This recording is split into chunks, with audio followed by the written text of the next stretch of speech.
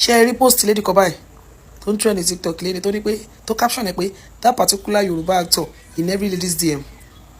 Ṣé rí post yẹn lady yẹn ó ṣe surprise right ó ní that particular Yorùbá actor in everybody's DM. Mo bá ṣe mistake mo bá wọ comment section gbà mo ṣe já sí comment section ni rí post yẹn and there's this particular Yorùbá actor that everybody mú mẹ́nu.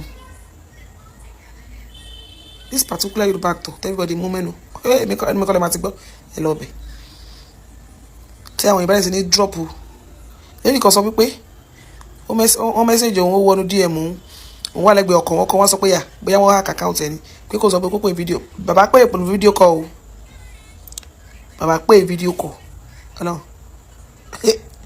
comment section yẹn ó hot ẹ rí comment section yẹn hot. I would have loved to share my experience, but we move. But comment section helps. So you are in everybody's DM, true. This is why. Ẹ̀yin tèmi, allegedly, wọ́n ní all work without play make Jack a dull boy. Yes, mo ní kí n kàn relax ni. Mo ń relax lọ́wọ́, mo tan social media, mo scan, mo ti scan lórí ti VDM, ẹ lọ bá mi wo ti VDM. Mo wá scan, mo ṣe rí title kan nìyẹn. This Yoruba actor in every girl's DM. Mo ní èwo lélẹ̀, eager to know the actor. Gbogbo àwọn actor yẹn, gbogbo àwọn Yoruba actors, in as much as èmi máa wo Yoruba films, gbogbo wọn ni fans mi. I like all of them. Mo wá okay, pẹ̀lú curiosity yẹn. Ẹni náà this particular lady tẹ́ ń wò yìí kò dárúkọ èèyàn náà. Òun náà tún direct video yẹn sí another place. Mo sáré lọ ṣàṣàṣàṣà. Mo lọ check who is this actor? Ẹni tèmi, nǹkan tí mo rò kọ́ ni mo bá. Èèyàn tí mo expect kọ́ ni mo rí orúkọ ẹ̀. Ẹni tèmi, comment ni mo ń wo comment lọ. Bí mo ṣe tẹ comment lé ni mo ń tẹ comment lé ni mo ń ẹ̀yin náà máa rí bí mo ṣe ń tẹ lọ báyìí. Ni mo ń tẹ. Comment yìí ṣe wá ya òde báyìí. Àbí irọ́ ni, àbí AI ni. Ẹni tèmi, pẹ̀lú gbogbo comment tí mo kà yẹn, I'm telling you, I still believe maybe somebody out there is destroying this man's name. Somebody out there is trying to destroy orúkọ Yemi Solade. Yemi Solade is not a young man. He's not a young man. Àgbàlagbà ni. Kò yẹ ká bá nírú ọ̀rọ̀ báyìí. And ìgbà tí àwọn tó wà nínú comment táwọn wí tí wọ́n alleged like kò kí ń ṣe pé he was still young that time. And somebody accusing him 2022, 2021. In fact, wọ́n accuse wọn pé he is in Tinder, he is in Badoo. Although gbogbo àwọn social network yẹn tí wọ́n ti ń connect ìranù yẹn, èmi ò mọ̀ pa tèmi, I don't go there, I don't go near there. Ibi tó bá ti lè fún mi ní benefit, èmi ò kí ń wà ń bẹ̀. Like, is somebody out there trying to spoil this man's name? Or ṣé lóòótọ́ ni? In fact, àwọn kan go as far as saying that even real, Mr. Yemi Solade, is it true? Although nǹkan tó bá wọ ẹlẹ́nu ló fẹ́ nu ẹ̀ sọ. You understand?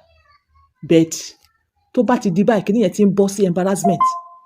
Àwọn ọmọ ń kọ́, àwọn ìyàwó ń kọ́. Like seriously, is it? Ṣé tí wọ́n bá ń pèèyàn sí irú nǹkan báyìí ṣó dáṣá? Ẹ̀yin nìkan máa ní kí ló wà ń bẹ̀. Nǹkan mẹ́wàá wà ń bẹ̀ o. Ìgbà míì nǹkan tó ń dojú ti èèyàn ju olè lọ ó pọ̀ o. Nǹkan tó ń dojú ti èèyàn ju olè lọ ó pọ̀.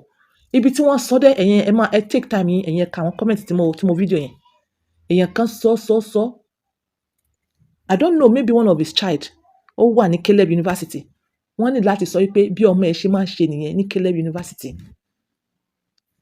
Ọlẹ́ yìí tí mo rí yìí, Mr. Yemi Solade tẹ́ bá ń gbọ́ o. Àwọn èèyàn ló wà ń di ẹ o. Ẹ lọ sí social media, ẹ lọ sí TikTok especially. Is there. Ṣé wá rí lady tí wọ́n show picture yìí?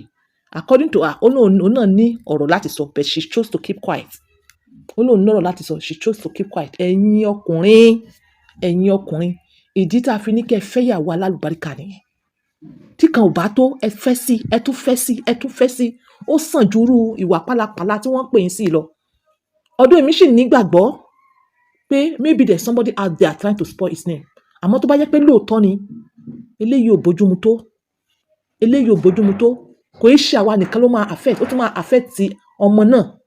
If tó bá ṣerú ìwà ìbàjẹ́ báyìí, ìwọ nìkan kọ́ ló máa affect àwọn ọmọ ẹ̀ nítorí pé àwọn obìnrin yọ̀pọ̀ wọ́n náà obìnrin yọ̀pọ̀ òun ni pé kíyàn wá máa wá wọn káàkiri kíyàn máa wà nínú DM wọn káàkiri like seriously you don't even have choice like seriously wá lè wo kan nínú àwọn ọmọ alálùbáríkà àwọn raf rift like seriously wo the level of girls lọ scan picture wọn wò pé kí ni actor wa Yẹmí Ṣọ́ládé kí ló ń wá pẹ̀lú guest by at the end of the day they are the ones shaming your name èmi ò bá like ẹ Yẹmí Ṣọ́ládé kó jáde kó dìbọn kọ̀rọ̀ yìí kí Yẹmí Ṣọ́ládé jáde kó dìbọn kọ̀rọ̀ yìí although it's his personal life náà ni kí ló kàn wá bẹ́ẹ̀ nǹkan tó ń tìyàn lójú ju olè lọ ó wà èèyàn tó yẹ ká máa gbé báyìí ó wá di pé wọ́n fẹnu ẹ̀tẹ́ bà Yẹmí Ṣọ́ládé tiwantiwa wọ́n wá fẹnu ẹ̀tẹ́ bà wọ́n wá fi kọ́mẹ̀tì sọnù wọ́n wá fi ń bà wọ́n wá fi kọ́mẹ̀tì yẹn gan wọ́n fi ń affect àwọn ọmọ ẹ̀ like this is not okay this is not okay I have quite numbers of men tí wọ́n máa ń pè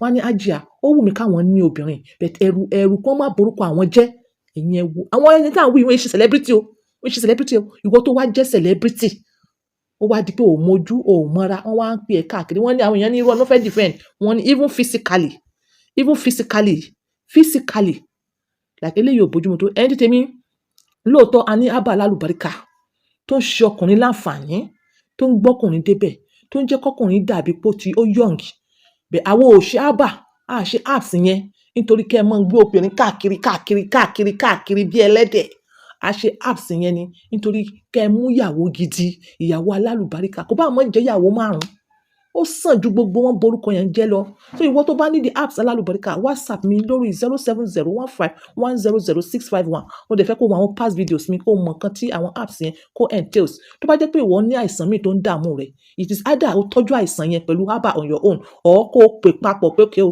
Àjíà o nǹkan tó ń ṣe mí lélẹ́yìí o yes even I will discuss on your diet I will discuss on your lifestyle I will discuss lórí apps you understand àwọn lifestyle yín tẹ̀ ń gbé nígbà mi ó ló ń fa BP ló ń fa diabetes ló ń fa prostate enlargement ló ń fa pile àwọn lifestyle tẹ̀ ń gbé nígbà mi ṣóyè yín àtàwọn oúnjẹ tẹ̀ ń jẹ ó ló ń cause àwọn sicknesses wọ̀nyí màá advice in towards that màá ní advice in towards okay irú Abba tẹ́ máa bá mi rà lélẹ̀ WhatsApp mi lórí 07015100651 ẹ jọ̀ọ́ Mr. Yẹmí Ṣọ́ládé tó bá jẹ́ pé bẹ́ẹ̀ lórí ẹ cross check ẹ